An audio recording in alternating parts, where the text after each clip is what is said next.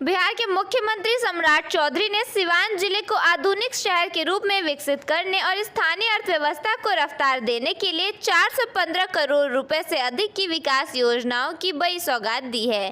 पंचरुखी प्रखंड के पपौर में आयोजित सहकारिता शिविर के दौरान मुख्यमंत्री ने क्षेत्र के संपूर्ण कायाकल्प के लिए कई महत्वपूर्ण घोषणाएं की हैं।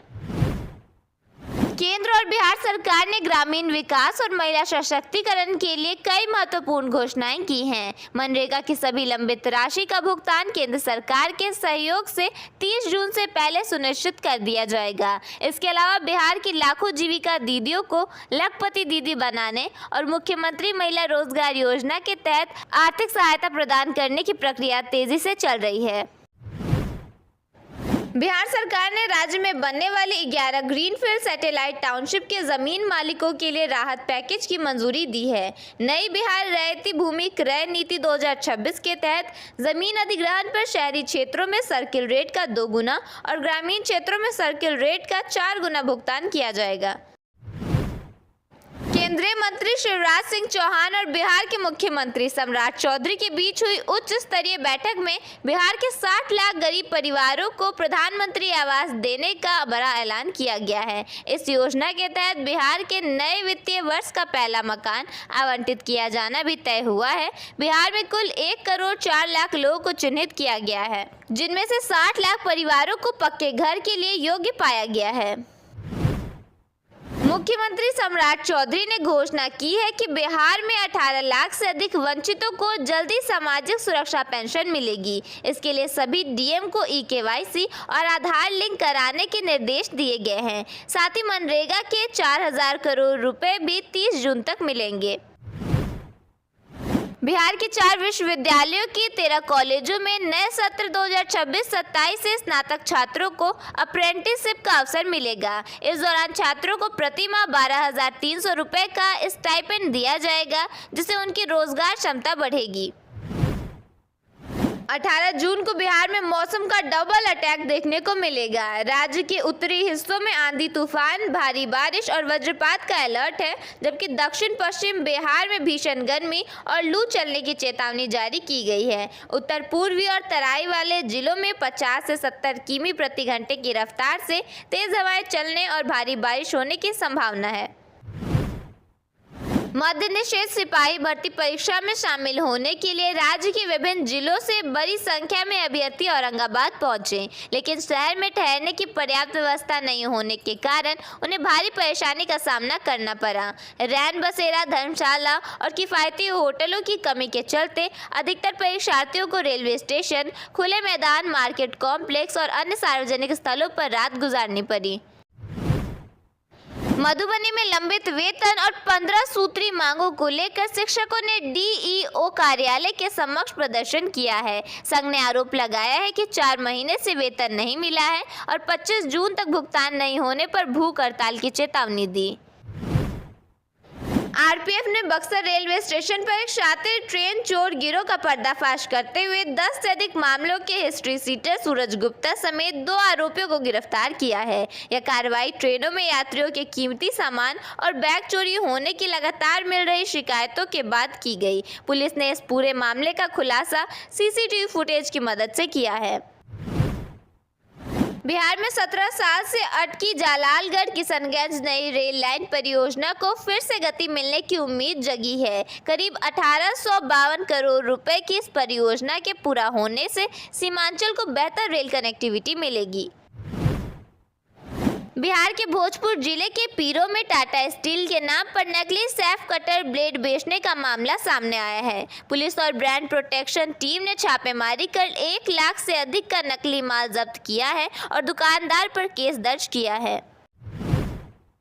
सिवान में केंद्रीय चयन पर्षद द्वारा आयोजित परीक्षा के दौरान बड़े फर्जीवाड़े का खुलासा हुआ है। पुलिस ने 2 अलग-अलग परीक्षा केंद्रों से दूसरे अभ्यर्थियों के स्थान पर परीक्षा देने पहुंचे 2 फर्जी परीक्षार्थियों को गिरफ्तार किया है। उनके पास से कई कुटर्चित दस्तावेज, प्रवेश पत्र और पहचान पत्र बरामद किए गए हैं।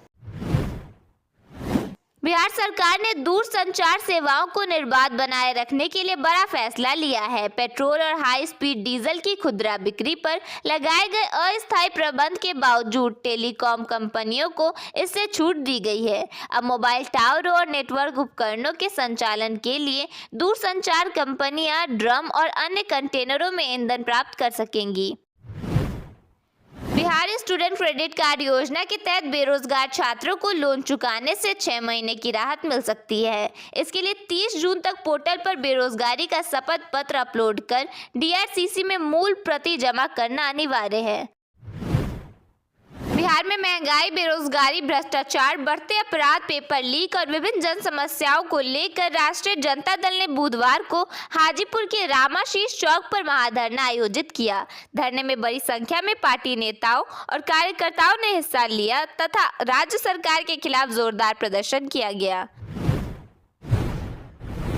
पवन सिंह के कार्यक्रम में भारी भीड़ के बीच लाठीचार्ज की स्थिति बन गई, जिसमें एक फैन का सिर फट गया। कार्यक्रम के दौरान 200 से ज्यादा कुर्सियां भी टूट गई। हालांकि इन घटनाओं के बावजूद कार्यक्रम नहीं रुका। पवन सिंह और रवि किशन को देखने और सुनने के लिए 25,000 से ज्यादा दर्शक पहुंचे थे। इस दौरान रवि किशन ने कहा कि उनका भाई अब MLC बन गया है। बंगला विवाद को लेकर लालू यादव ने कहा कि यह सब नीतीश कुमार करवा रहे हैं। वहीं राबड़ी देवी और तेजस्वी यादव ने भी सम्राट पर बदला लेने का आरोप लगाया है। इस मुद्दे को लेकर राजनीतिक बयानबाजी जारी है।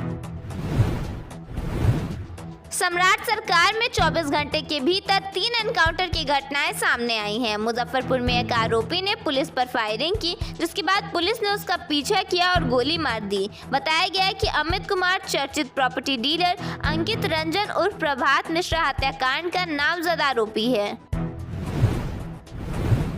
सिपाही भर्ती परीक्षा के दौरान कई स्थानों पर अव्यवस्था की घटनाएं सामने आई हैं। कोसी एक्सप्रेस की AC बोगी का शीशा तोड़ दिया गया। भभुआ इंटरसिटी में अभ्यर्थियों की भारी भीड़ देखी गई, जबकि मोहाली में पथराव की घटना हुई। परेशान यात्रियों ने कई बार चेन पुलिंग कर ट्रेन को रोका। इस अभ्यर्थी परीक्षा में 5,52,000 अभ्यर्थी शामिल हैं। पटना में विकसित किए जा रहे नए टाउनशिप का नाम पाटलिपुत्र रखा जाएगा। फुलवारीशरीफ में यह घोषणा करते हुए मुख्यमंत्री सम्राट चौधरी ने इसकी प्राचीन पहचान और ऐतिहासिक महत्व का उल्लेख किया। उन्होंने कहा कि बिहार में सुशासन और कानून का राज स्थापित करना है। खान सर के खिलाफ एक महिला पत्रकार द्वारा दायर मानहानि मामले में दिल्ली हाई कोर्ट ने अंतरिम आदेश पारित करने से इनकार कर दिया है। महिला पत्रकार ने 2 करोड़ रुपए का डिफेमेशन केस दायर किया है। मामले की अगली सुनवाई 2 जुलाई को होगी। भागलपुर में एक युवती के बिहार पुलिस कांस्टेबल पद पर नौकरी मिलने के बाद उसने अपने बॉयफ्रेंड के साथ शादी करने से इनकार कर दिया। मामले में युवती के फोटो और वीडियो वायरल करने की धमकी देने की बात भी सामने आई है। इसके बाद विद्यापति नगर में युवती के घर पर ताबड़तोड़ फायरिंग की गई। मौके से 2 खोखा बरामद किया गया है। बिहार के 22 जिलों में आज बारिश को लेकर येलो अलर्ट जारी किया गया है। मौसम विभाग के अनुसार अगले 24 घंटे के दौरान मानसून पूरे बिहार में पहुंच सकता है। मानसून के प्रभाव से मौसम में बदलाव आएगा और लोगों को भीषण गर्मी से राहत मिलेगी।